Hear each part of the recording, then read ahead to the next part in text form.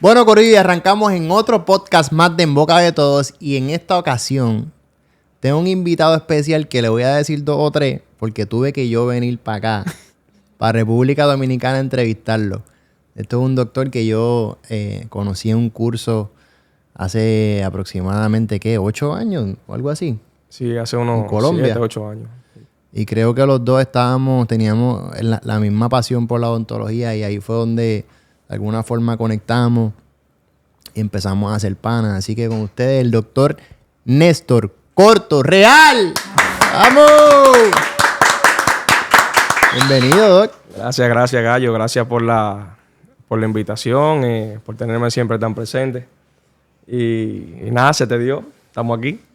Te lo voy a decir como decimos allá. Cabrón, tuve que venir para acá. Gallo, tú sabes que estoy muy comprometido ahora mismo con muchas cosas, pero la intención siempre estuvo de participar en todo lo que tú... podcast. Claro, en todo lo que tú emprendes, tú sabes que hay que contar conmigo. Mira, bro. Está de más decirlo. Yo sé un poquito de tu vida, pero quisiera que me ayudes aquí a contar. ¿Dónde naciste? O sea, ¿dónde te criaste al principio? Ok, yo soy de San Francisco de Macorís. Eso es en el norte de la República. Y nada, nací y me crié allá, en San Francisco, pero cuando salí del colegio, del bachillerato, me vine a Santo Domingo a hacer mi formación como odontólogo en la Universidad Autónoma de Santo Domingo, la UAS. Y ahí cursé todo mi grado y me gradué como odontólogo ahí. Y entonces ya luego de eso mi formación a nivel de especialidad, más bien que todo, no especialidad, sino más bien maestría en rehabilitación implantes en la Universidad Iberoamericana UNIBE. ¿Tus papás tienen algo que ver con la odontología? No mis padres, sino mi padrino de bautizo, que es un amigo de infancia de mi madre y mi padre, el doctor Justo Reyes. Gracias a él, yo hoy en día soy odontólogo.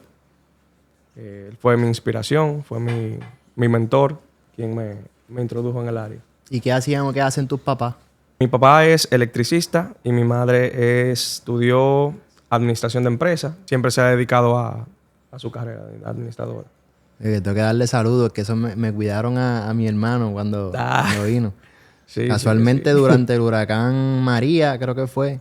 Sí, así fue. Mi hermano estaba por acá en República tomando un curso con Néstor. Estaba haciendo como un tipo de pasantía. Y recuerdo que ahí llegó el huracán y se quedó. Vino María y lo que eran 3 días se convirtieron 2 semanas y pico. Sí, haciendo cursos ahí. No, pero yo creo que él le vino bien. Él le vino bien. Sí, después eso otra gente. Y casi fuma juca y todo eso. Pero no lo Jesús. Sí. Sí, pero no porque yo lo puse en eso, Mira, entonces, tus papás nada que ver con la odontología y cómo No, nada que ver, pero... Me dijiste que por algún familiar, pero ¿pasó algo específico que te despertó esa pasión en ti? Bueno, Por decir quiero eso. mi padre siempre fue siempre ha sido, más bien, un trabajador arduo y me inculcó desde bien niño lo que era el trabajo.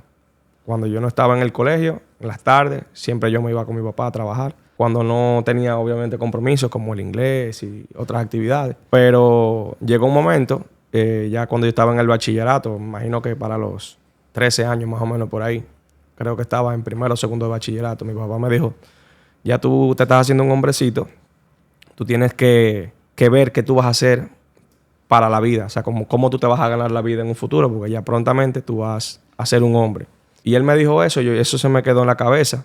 Disfrutaba, me gustaba lo que mi padre hacía, pero no me veía realmente toda la vida haciendo lo que él hacía. Eso te iba a preguntar, que si te pasó alguna vez por la cabeza ser electricista. Bueno, a mí me gustaba, yo siempre he sido una persona de manualidades. Siempre he sido muy curioso en ese aspecto. Y a mí me gustaba mucho la ingeniería automotriz. Ya. Pero en República Dominicana eso no es una realidad para la gran mayoría de las personas. O sea, no hay una formación realmente académica en ese aspecto, sino que eso sea muy empírico. Una carrera empírica, vamos a decir así. Nada, yo empecé a ver qué pudiera gustarme y no sé cómo, pero mi padre en un momento me dijo, ¿pero no te gusta lo que hace tu padrino? Ajá. Y eso como que se me quedó ahí en la cabeza y él me dijo, voy a hablar con tu padrino para que tú empieces a ir a hacer shadowing o algo así. hacer exactamente, a asistir y esas cosas. Ya. Y empecé a ir eventualmente, como antes, en vez de irme con mi padre a trabajar luego del colegio, pues entonces yo empecé a asistir a la clínica dental de Justo. Y ¿Tiene una ahí, oficina cerca de tu casa o...? sí, estaba bastante cerca la oficina realmente. Y él siempre ha tenido su oficina, bueno, desde que yo tengo uso de razón, su clínica dental con laboratorio. Ok.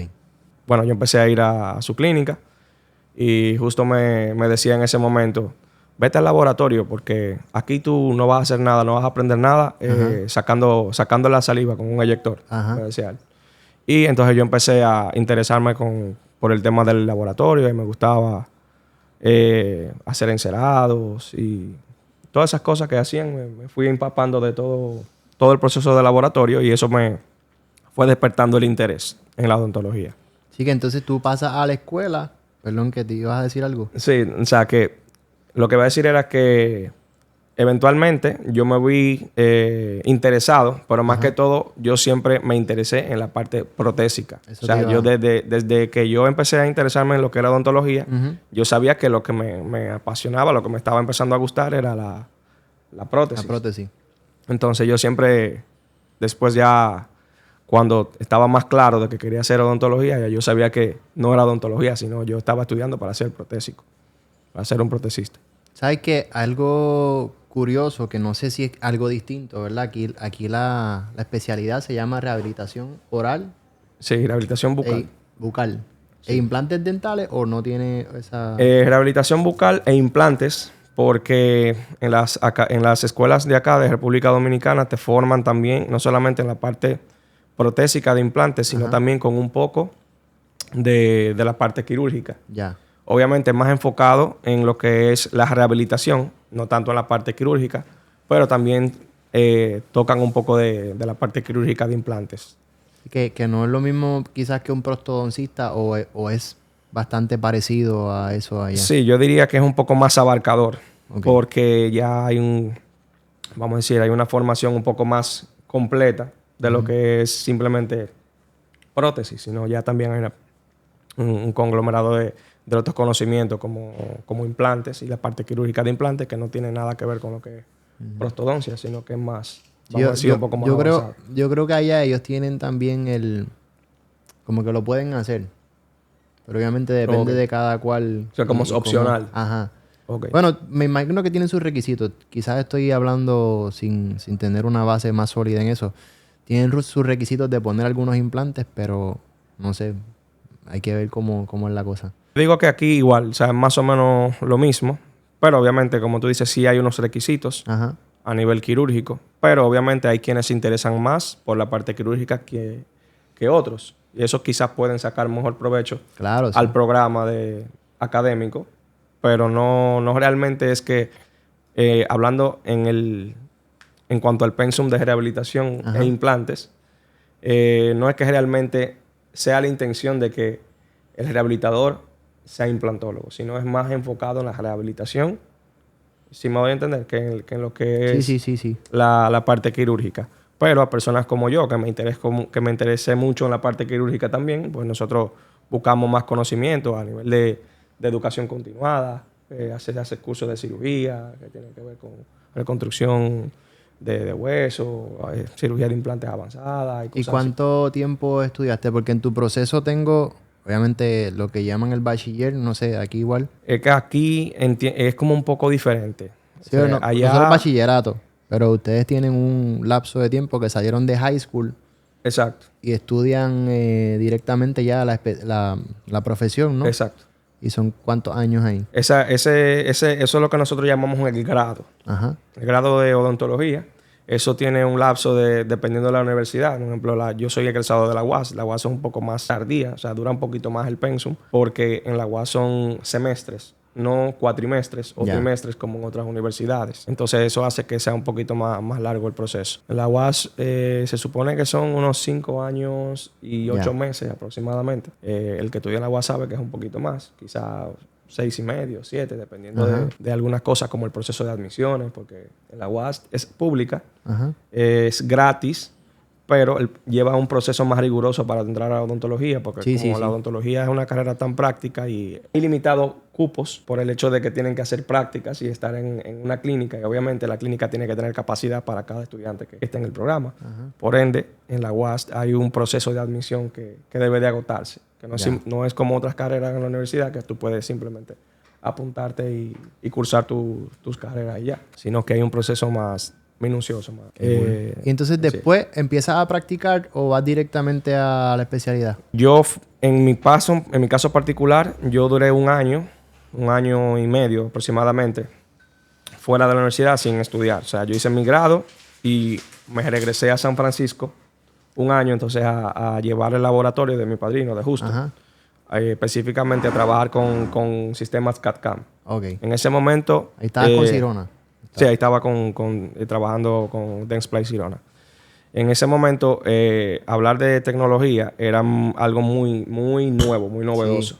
Y más en la República Dominicana, que es un país tercermundista.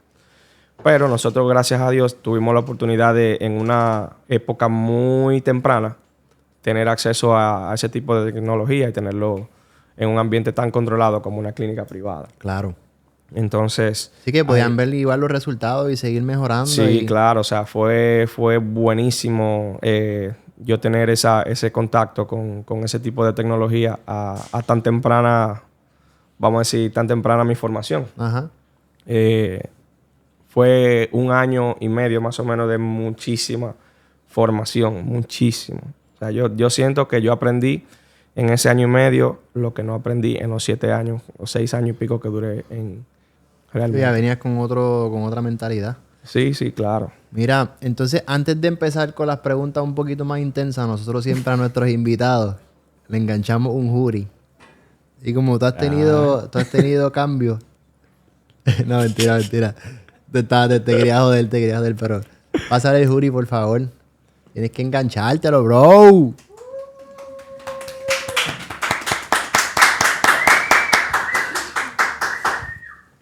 En boca de todos. Queda como grande. Por eso. Por eso te estaba jodiendo.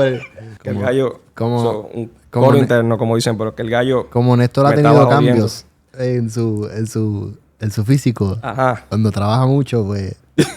Y dicen por ahí que no le gusta ir al gimnasio, su esposa.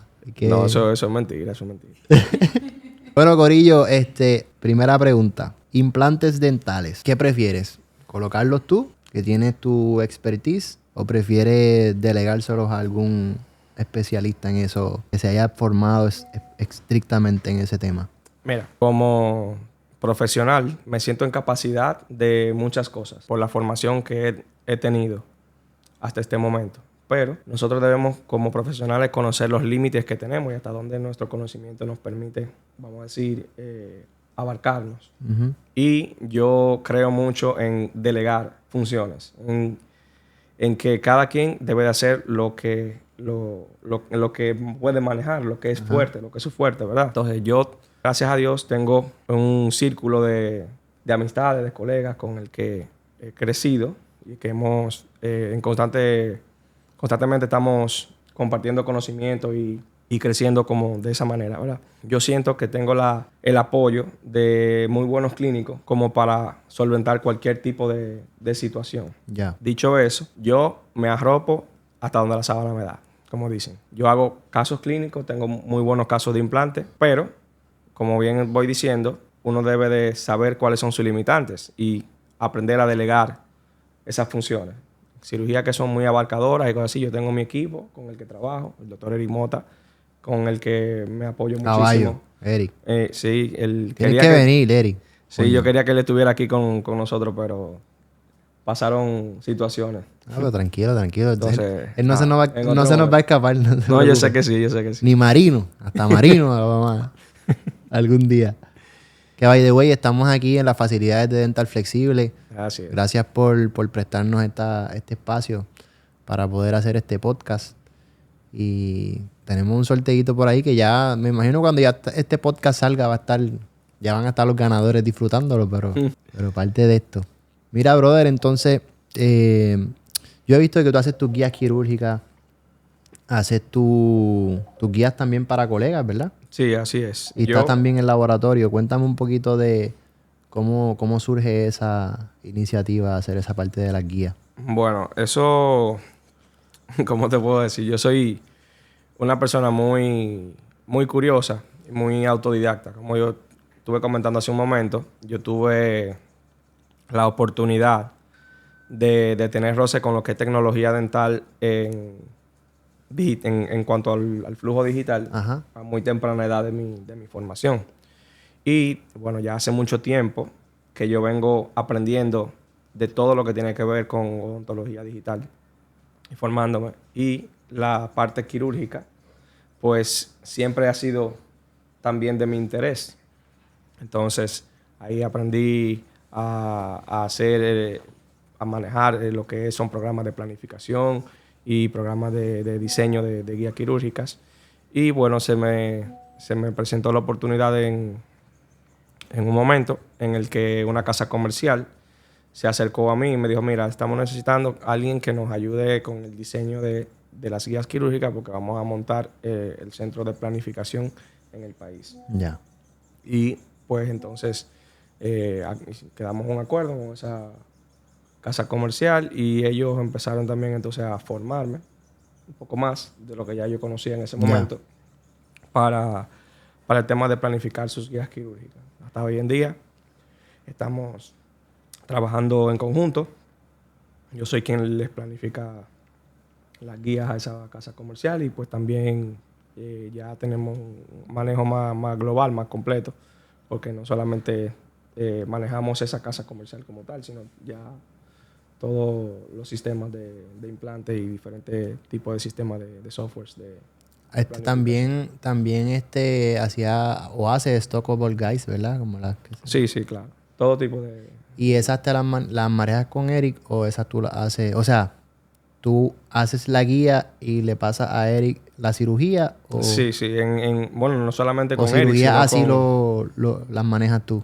No. O sea, cuando ya están son ese cirugías nivel. así, ya tan abarcadoras, tan grandes, esas cirugías las hago por lo general con el doctor Mota o con otros colegas también con los que he tenido la oportunidad de participar en su cirugía. Yo muchas veces me involucro en el caso. Hay muchos doctores que tienen muy buena habilidad quirúrgica. Cuando dices que te involucras, ¿a qué te refieres? ¿A que vas a la...? Sí, o sea que tengo participación en la cirugía. Muchas veces la cirugía que planifico, porque hay doctores que, un ejemplo, son muy buenos cirujanos, pero quizás no tienen tanta... o sea, no están tan capacitados en temas de cirugía guiada. Esto es otro mundo, ¿eh? O sea, que tú seas un buen cirujano no significa que tú realmente conozcas cómo quizás hacer una cirugía guiada correctamente. Y bueno, yo he tenido la oportunidad de colaborar con grandes colegas cirujanos que con lo que se han dejado, obviamente, orientar de la parte protésica. De la parte protésica y de la parte de planificación. Porque eso... para mí eso es una clave, porque no es lo mismo que tú...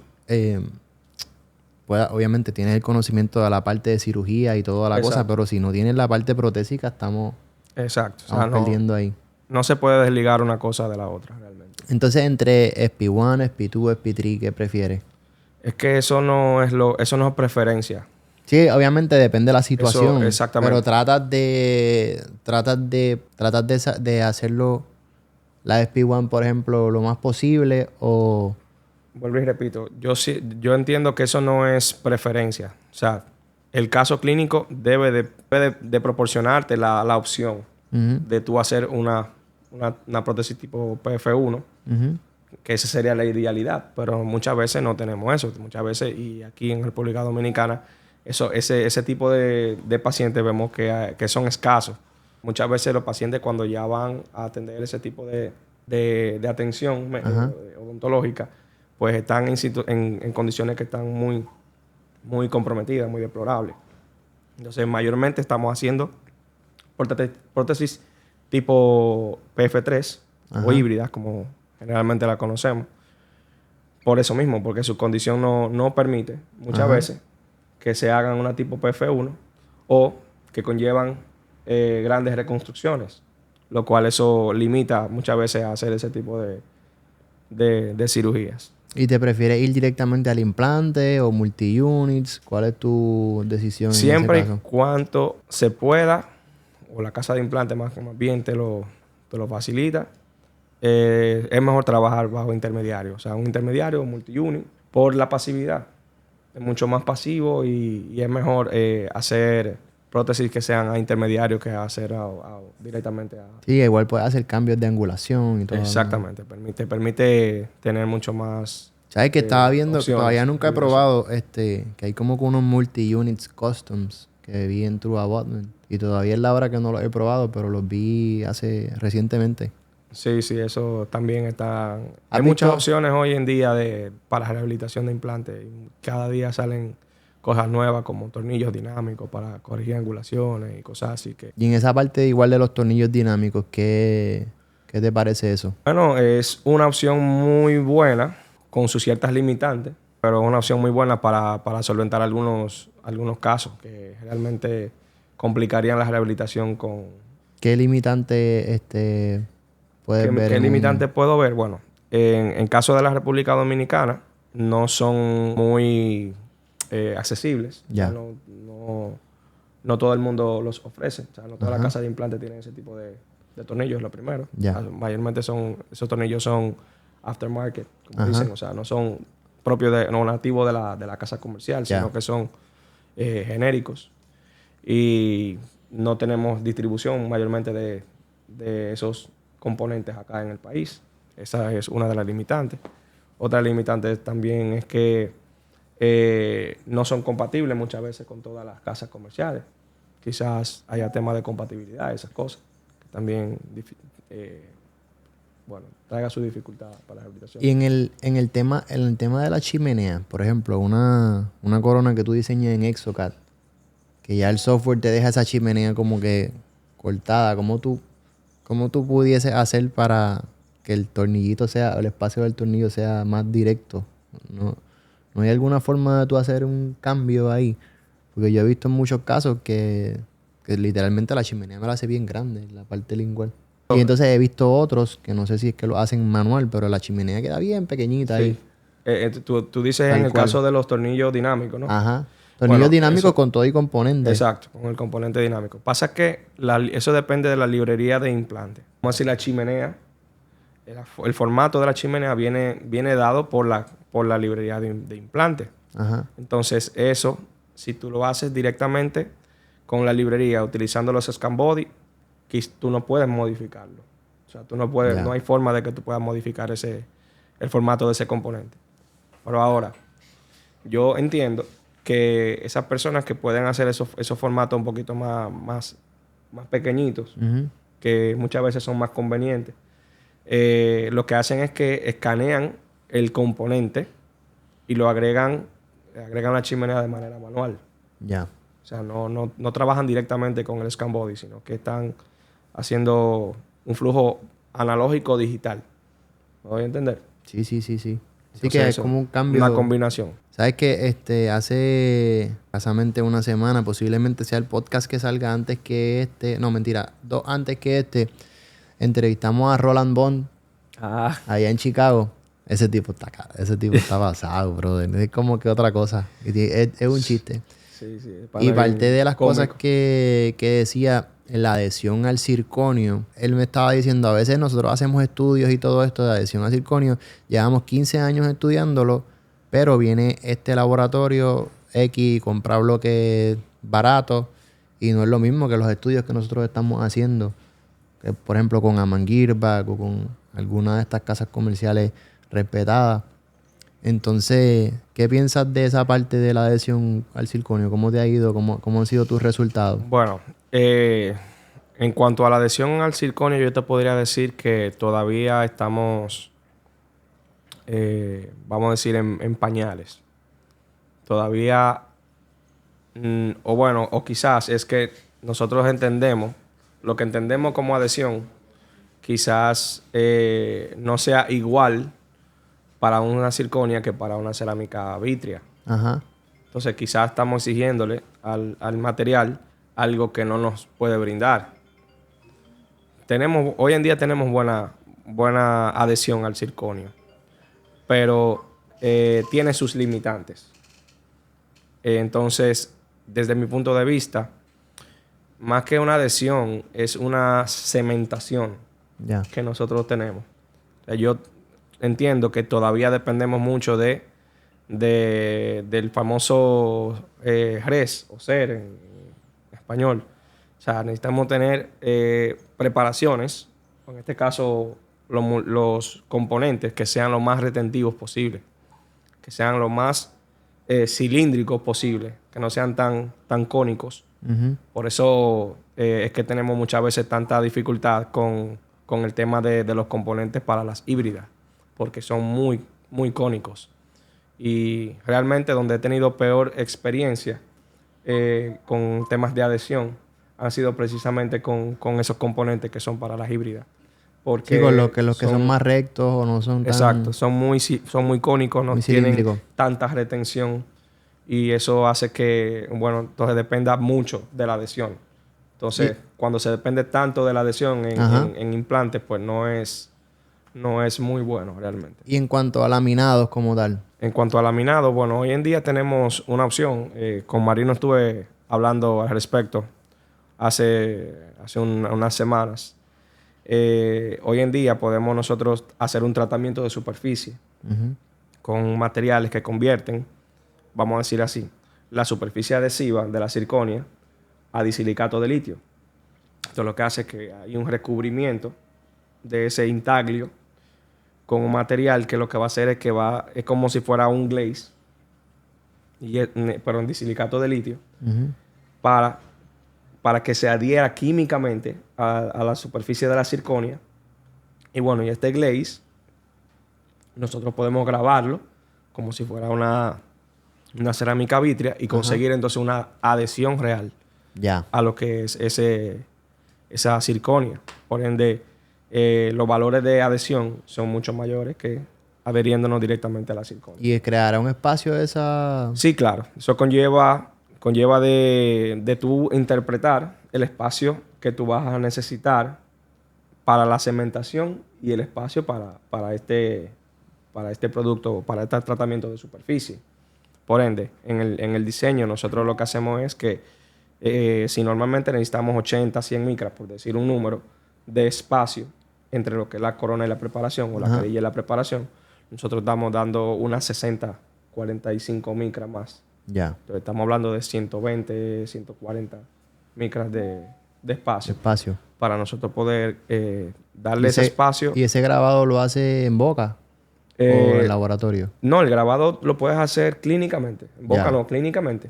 O sea, fuera de la boca, obviamente. Porque tú estás grabando la... Sí, la limpias y... Oye, entonces, en estos días estaba tocando un tema que es el de anodizar los implantes. La anodización de los componentes. ¿Qué tan real puede ser que ese óxido que uno crea, ¿verdad? Cuando le cambia ese color al abutment, pueda crear problemas entonces en la adhesión? Yo realmente no he visto un artículo en el que hable o se estudie el tema de la anodización en comprometimiento de lo que es la adhesión. Pero los componentes, hay muchas casas de implantes en los cuales esos componentes vienen ya anodizados. O sea, ya vienen con ese tratamiento de superficie. Vamos a decir que ya la gran mayoría de ellas vienen con esa situación. Pasa que nosotros comúnmente en el laboratorio y como clínico también estamos acostumbrados a arenar.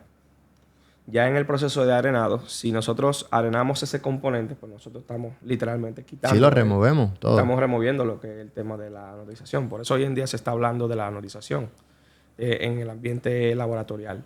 Porque nosotros hacemos ese arenado y luego intentamos hacer nuevamente lo que es la anodización para devolverle ese color o amarillento o rosa que tiene el componente. Que lo que entendemos es que ayuda a que ese componente se enmascare y que no se vea ese ese gris, no salga ese gris o ese ennegrecimiento del componente. Pero para que eso sea una realidad, aún con la anodización, debe de haber un grosor mínimo de esa restauración según el material, que es distinto tanto para circonia como lo es para el disilicato de litio o cerámicas híbridas. Nosotros allá tenemos yo digo que es problema, pero es algo que se puede solucionar bien fácil. Y es que allá hacen mucho encode abutments. Lo hacen porque, pues, escaneas el healing y ya diseñas en laboratorio. Entonces, como nosotros como laboratorio no tenemos el control de la parte del diseño, casi todos los casos son problemas. O sea, cuando ya viene un abutment de ellos, nosotros como que, a rayos. Eso, ¿cómo vamos a resolver eso? Porque tampoco nosotros podemos tocar el abutment, porque si lo tocamos pierde la garantía. Exacto. Recientemente empezamos a empezar a opacar los circonios, pero igual es algo que todavía no me convence porque no puedo controlar ese grosor. A mí me encantaría poder hacer eso, pero por eso te pregunto eso de la adhesión a esos abutments, sí, porque me gustaría quizás empezar a integrarlo un poco más, pero quiero estar seguro de no estar haciendo algo que después perjudique allá en clínica. Eso es un tema delicado. El tema de la adhesión en general en la odontología es como un tema... es como tú hablar de... Yo digo que es como tú hablar del aborto. Ajá. Es un tema delicado. Sí, y depende de los puntos de vista de cada quien. Sí, claro. Y más hablando en temas de adhesión a la circonia. Cada quien tiene su punto de vista y que obviamente también su experiencia. Obviamente prefieres cementar un laminado en disilicato que hacerlo. Sí, así. Claro. Cuando dependo de adhesión, prefiero que sea un material en el que yo puedo hacer un grabado y que puedo hacer entonces un acondicionamiento luego de ese grabado y tener una adhesión como realmente nosotros conocemos. Ya hoy en día puedo decirte que he manejado algunos casos con esta nueva técnica del tratamiento de la superficie, de la circonia, y he tenido muy buenos resultados. Hasta el momento no he tenido tema, pero eso es algo muy reciente. Ajá. Estoy hablando que yo tengo quizás menos de 2 años trabajando con este tipo de flujo de trabajo y quizás no sea la gran casuística a la que yo todavía puedo decir que he tenido una retroalimentación de que eso realmente funcione o que no. También es algo, ese material realmente es bien nuevo. Entonces tampoco es que en la literatura hay mucha literatura acerca de cómo realmente se están comportando, ni siquiera a nivel laboratorial. Más que los estudios que te proporciona la misma casa comercial, que carece de muchas veces de validez, porque eso puede estar sesgado por el interés de la casa comercial, obviamente, de que lo comprometa a que se venda o no se vende el producto. En el caso también del Platinum Foil. El gallo le encantan. Tenemos una historia interesante de eso. Ya después de ese día no volví a hacer. Mentira, hicimos después. Pero ese tipo de trabajo, por lo menos en ese caso, en esos momentos para mí no era tan previsible como ahora, porque lo puedo manejar mucho mejor. Pero nosotros hicimos en algún momento trabajos de fragmentos, ¿tú recuerdas? Sí, claro. En esa ocasión, cuando tú lo cementabas, tú me habías mencionado que había que hacer un pulido y remover todo lo que pusimos de excedente. Incluso me pediste que lo hiciera con un poquito más de cuerpo. Claro. ¿Cuál es esa técnica de reducir esa cerámica para que no se rompa? Bueno. Una vez cementado, ¿verdad? Primero hacer todo el grabado, etcétera. Claro. Cementa. Pasa que, como tú bien dices, ese caso, en caso cuando trabajamos fragmentos, siempre va a haber una línea de transición que va a estar por encima de esa preparación. De ese margen. De ese margen, obviamente.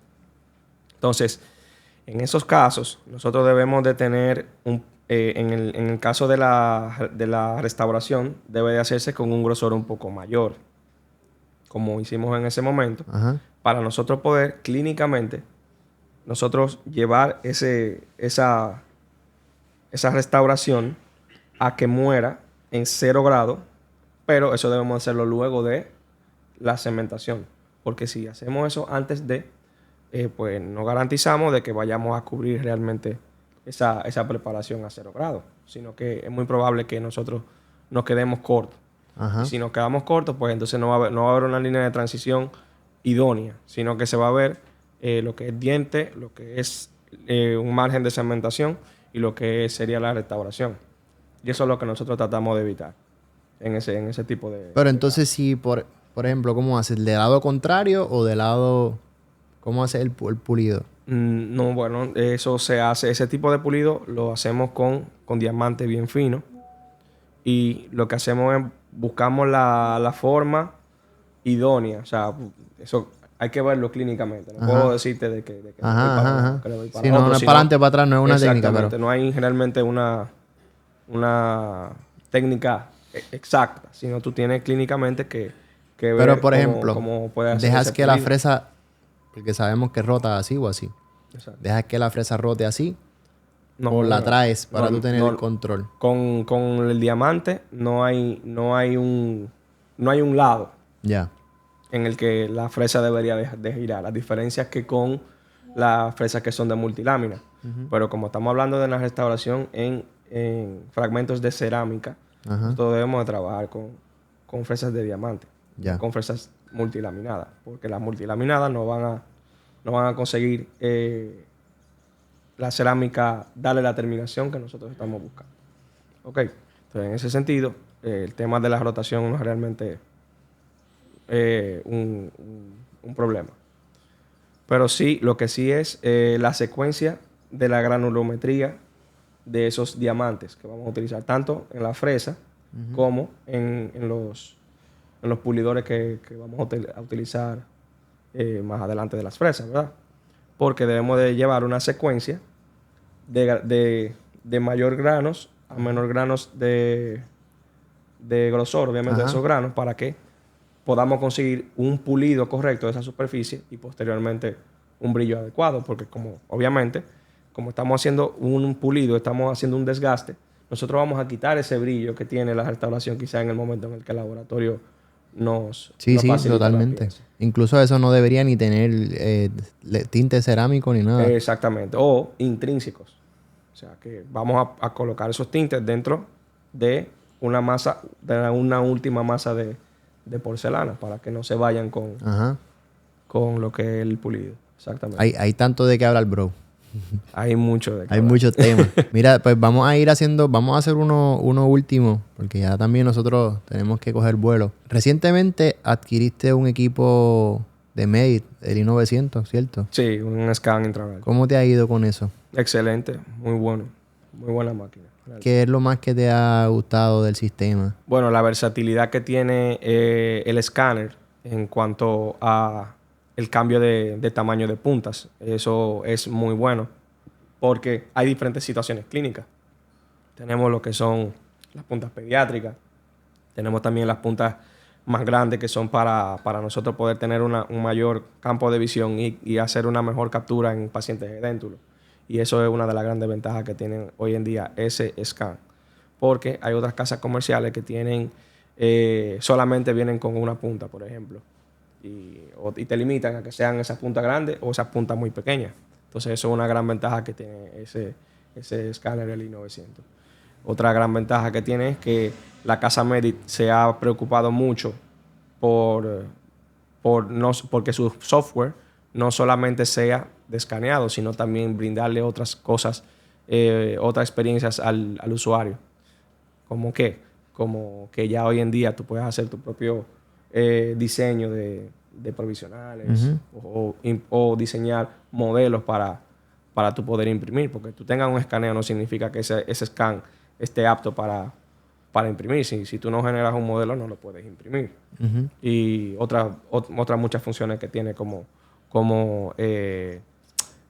la simulación de ortodoncia, como que tú puedes también ya hoy en día escanear partes de la boca, como la sonrisa y cosas así, que ayudan al diseño ya sea para carilla o para ese tipo de cosas. Creo que quizá al momento un poquito temprano para hablar de la parte de fotogrametría en esto, porque recién vi que estaba saliendo. Es muy reciente, pero Pero ¿sí crees que sea tan awkward como la fotogrametría que está teniendo Shining, por ejemplo? Yo creo que sí, porque, un ejemplo, si tú, para lo que tenemos una visión más técnica de los equipos, que miramos más allá de lo que nos vende la casa comercial, nosotros podemos ver que la ingeniería que tiene el Shining, el Elite, por ejemplo, con la ingeniería que tiene el Merit, o sea, tienen los mismos componentes. Tienen ambos diferentes tipos de cámaras que hacen diferentes funciones. Entonces, estas cámaras que son dedicadas para fotogrametría, el Medit i900 también las tiene. O sea, que ellos sí, desde su diseño de este nuevo escáner, ellos tenían la intención de agregar ese componente. No fue algo que surgió, sino fue algo como que ya se venía trabajando internamente en la compañía para ellos poder brindar más adelante ese producto. Eso lo tenemos que ver, tenemos que ponerle eso a funcionar. Sí. Vamos, yo estoy loco por empezar a hacer...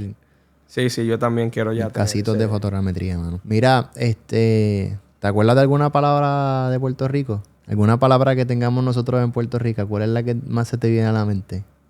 Puñeta. Esa era la que estaba esperando, Mira, brother, nada, para ir cerrando con el podcast, primero, Marino, ya tuviste cómo es. Te esperamos aquí. Di que sí. ¡Ah! Vamos a grabarlo después de Mira, primero quería preguntarte, darte las gracias, ¿verdad? Por estar aquí, por compartir con nosotros. Obviamente, de nuevo a Dental Flexibles por permitirnos hacer este podcast aquí en sus facilidades y por atendernos tan bien como lo han hecho hoy. Y, brother, ¿cómo te gustaría ser recordado? No solamente en la parte familiar, sino también en la odontológica. No es que te estoy diciendo que te vayas a morir ni nada de eso, pero... No esperemos en Dios. No, yo quisiera ser recordado como alguien accesible, alguien muy amigable, alguien al que tú puedas decir, yo necesito algo de Néstor y Néstor siempre ha estado ahí. Exacto, siempre ha estado disponible. En ese aspecto quisiera ser recordado de que yo me debo de igual que a todo el mundo. O sea, de que yo puedo ser y aportar al que entienda que necesita algo de mí. Y puedo dar fe de eso. Yo recuerdo que desde siempre nosotros tuvimos una muy buena comunicación. En ocasiones te decía, mira, brother, me hace falta esto en los 3D printers, y tú ibas allá al laboratorio. Y siempre estuviste ahí dispuesto y disponible. Ahora que ya como tienes oficina y eso, ya no me visitas, pero... nada, brother, agradecido. Gracias a ti, Gallo, por la invitación. ¿Dónde te podemos conseguir en tus redes? Bueno, pueden conseguirme... espérate, el año que viene vamos para la misión. Claro que sí. Misión estoy comprometido. Me voy a la misión Necesitamos printer, vamos a imprimir. Estaba hablando con el doctor Omar que está por ahí. ¡Omar! ¿Estás vivo? Queremos imprimir coronitas y cositas que podamos hacer ahí. Excelente. Sí, claro, se puede. Tenemos la tecnología para hicimos un puentecito ahí. Excelente. Pero todo lo que hicimos de más fue Whiplash. Así que, ¿cómo te conseguimos en tus redes? Mis redes sociales es od.ncortosreal. Esa es mi red personal. Y la de mi clínica es premierclinic.rd. También en Instagram. Puñeta, que hay que felicitarte, bro. Lo lograste ya por fin. Gracias. Yo que me he vivido ese proceso contigo y de evolución. Claro. Me alegro mucho y que tengas tus colegas ahí que también estén guayando contigo. Eso es buenísimo. Estamos muy contentos. Bueno, y a mí me consiguen como don.gallo con 2 O. Y recuerden que este es el podcast más duro del mundo dental, que estará en boca de todos. ¡Vamos!